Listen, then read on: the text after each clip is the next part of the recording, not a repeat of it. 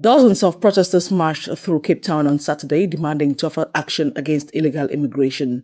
Demonstrators were seen waving flags and chanting slogans before submitting a memorandum to Parliament calling for stricter border controls and enforcement of immigration laws. Protesters accused undocumented migration of fueling crime, job losses, and pressure on public services. Organizers warned that citizens may ask themselves if authorities fail to respond, setting a June 30 deadline for undocumented immigrants to leave South Africa. The rally comes amid a surge in anti-migrant protests nationwide. President Cyril Ramaphosa has urged calm, warning there is no space for xenophobia or intolerance. Several West African nations are arranging repatriation flights for their citizens as tensions rise. A portable biosecure unit has been deployed at an Ebola treatment center in Rwampara, offering safer care for patients and protection for health workers. Footage from Saturday showed staff installing the transparent isolation chamber and treating a patient inside.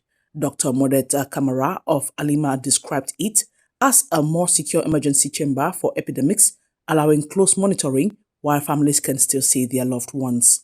Africa CDC officials welcomed the innovation but warned of urgent needs in staffing, logistics, and resources to contain the outbreak.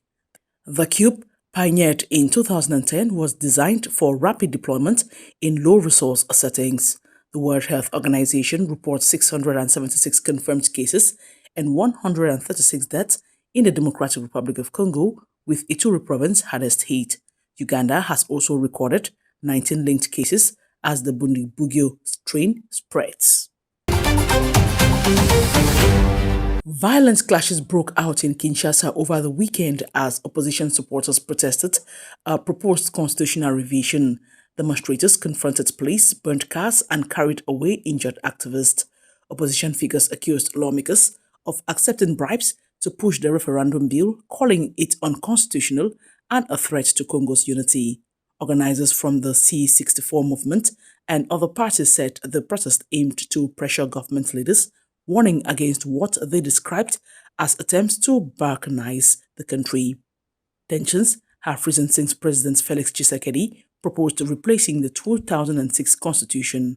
While he argues reforms are needed, critics fear changes could remove presidential term limits and extend his rule beyond 2028. Hundreds of demonstrators marched through Lagos on Friday, marking Nigeria's 27th Democracy Day with an anti-government protest. Footage showed crowds chanting and carrying placards reading, "Tinubu capitalism has failed Nigeria," and "End all anti-people policies now." Human rights activist Funmi Falana declared Nigeria is bleeding. "The government has failed us. We call on the government to resign." Another demonstrator, Femi Falana, demanded the release of abducted citizens, stressing that without security, democracy cannot thrive. Protesters highlighted kidnappings across several states, including Oyo, Borno, and Kaduna. Nigeria's Democracy Day, observed annually on June 12, commemorates the restoration of democracy in 1999. Violent clashes erupted in Geneva Sunday as anti-G7 protests turned chaotic ahead of the summit. Footage showed burning cars, protesters throwing stones, and riot police deploying water cannons and tear gas. Firefighters battered multiple blazes across the city. Around 20,000 demonstrators had gathered for a march that began peacefully with banners reading "No to the G7" and "Trump and Netanyahu toxic alliance devastating." But tensions escalated as activists accused world leaders of profiting from war and exploiting global resources. Swiss authorities deployed 4,000 troops, while France mobilized 8,000 police.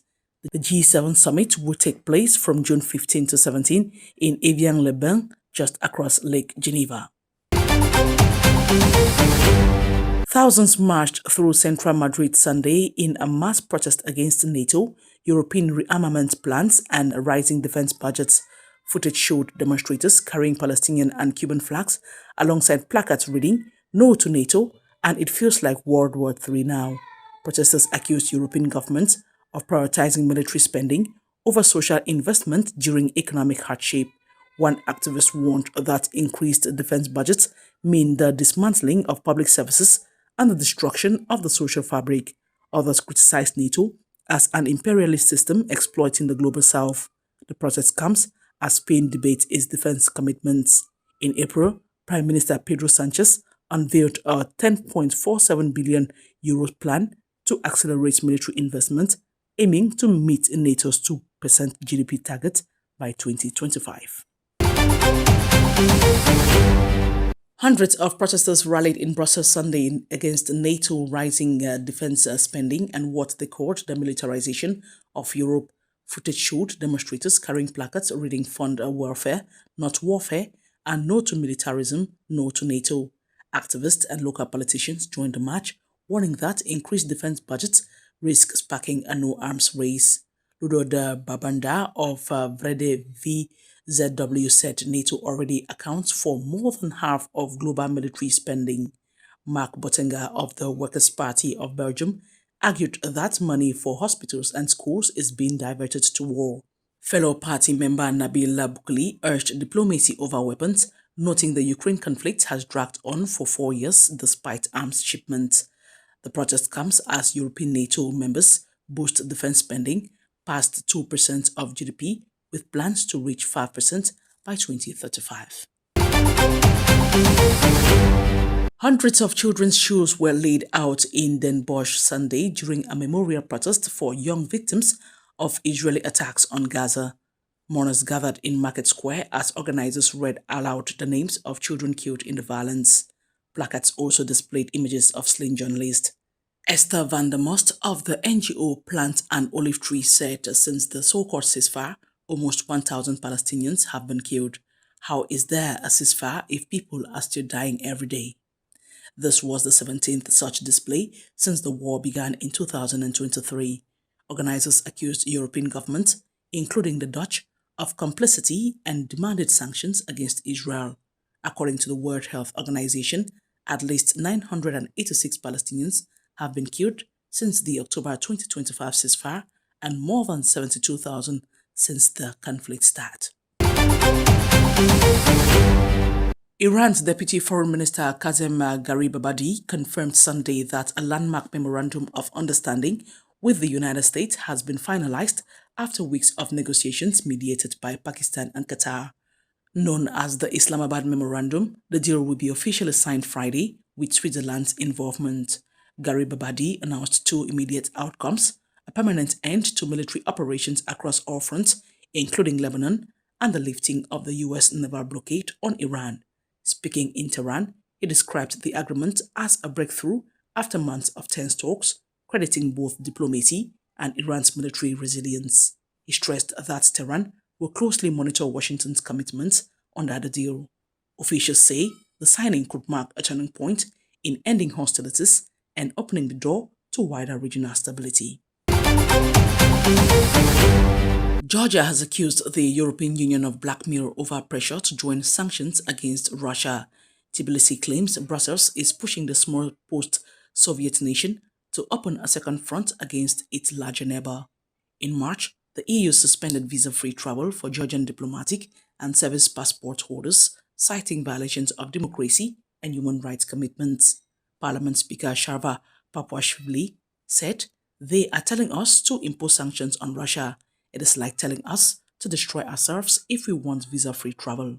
The dispute comes amid waves of protest in Georgia since 2024, when the ruling Georgian Dream Party won elections. The EU has backed opposition claims of irregularities and condemned government crackdowns and reforms critics say restrict foreign influence. The largest Russian flag in Africa was unfurled in Brazzaville on Friday, June 12th, as part of a vibrant Russia Day celebration. Hundreds gathered for the festival, organized by the Globus International Association and the League of Russian University Graduates. A 100-square-meter flag was revealed as participants enjoyed Russian folk games, children's creative workshops, and cultural quizzes. Organizers described the day as a symbol of unity and friendship between Russia and Congo. President of Globus, Yulia Berg, said the event showcased the Russian soul through traditions, food, and music. Highlights included performances of Russian songs, screening of cartoons, and traditional dishes like buckwheat porridge and Olivier salad. The celebration ended with a ritual group dance symbolizing unity and connection with nature.